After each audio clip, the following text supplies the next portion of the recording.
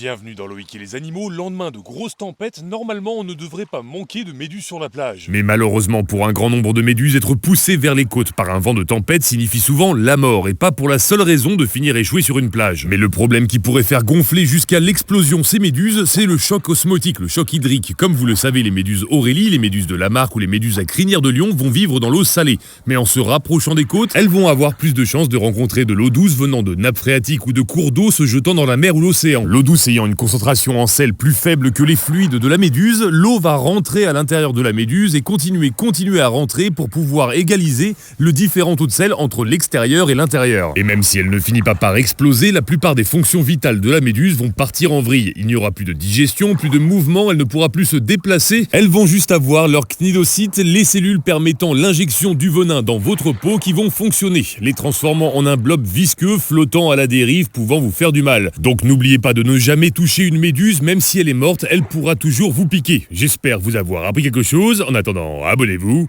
Ciao, bisous.